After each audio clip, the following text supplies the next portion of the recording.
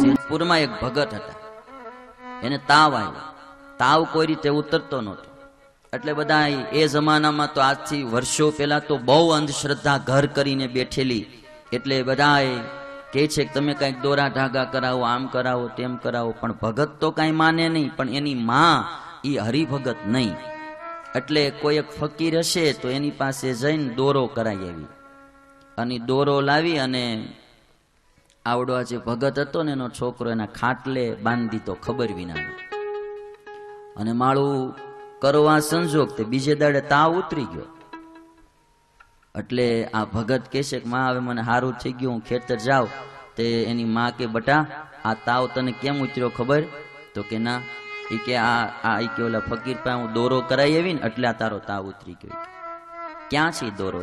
જોઈ કે તારા ખાટલાની પાંગત છે, બાંધ્યો છે. અને દોરો છોડી અને આવડો ભગત ઓલા ફકીર પાસે ગયો. ન્યા જઈ ફકીરના ખોળામાં દોરાનો કર્યો ઘા. લઈ કે આ તારો દોરો મારો તાવ પાછો લાવી કે, આ તારો દોરો લઈ કે મારો તાવ પાછો લાવી કે. મારો તાવ ઉતારવો હોય તો સ્વામિનારાયણ ઉતારે, નો ઉતારવો હોય તો નો ઉતારે, મારો તાવ પાછો લાવી કે. આ નિષ્ઠાઓ કોનાથી થવાની ભાઈ? હે, એક આશરો જેને હોય એનાથી. ફર્યા કરતું હોય ઘડી કે કાગડાને બેવું, ડાળને ભાંગવું. એ બધા ગામમાં વાતું કરે, કાગડો બેઠો એટલે ડાળ ભાંગી.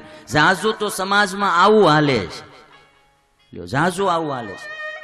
એક નિષ્ઠા રાખવી, એક ઈષ્ટદેવ ધારો. રામ તો રામ, કૃષ્ણ તો કૃષ્ણ, સ્વામિનારાયણ તો સ્વામિનારાયણ.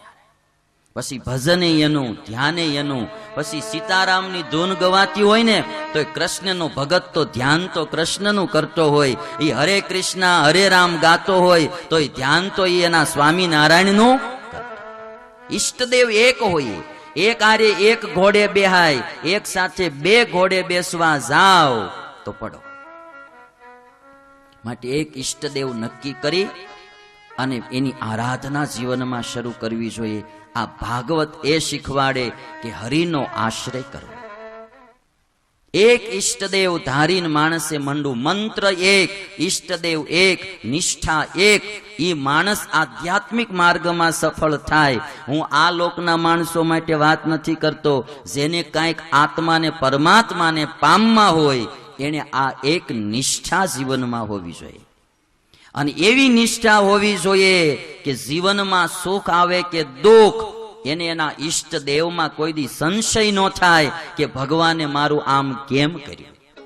એને હર પળ એ જ વિચાર આવે કે જે કર્યું એ મારા ભગવાને મારું સારું જ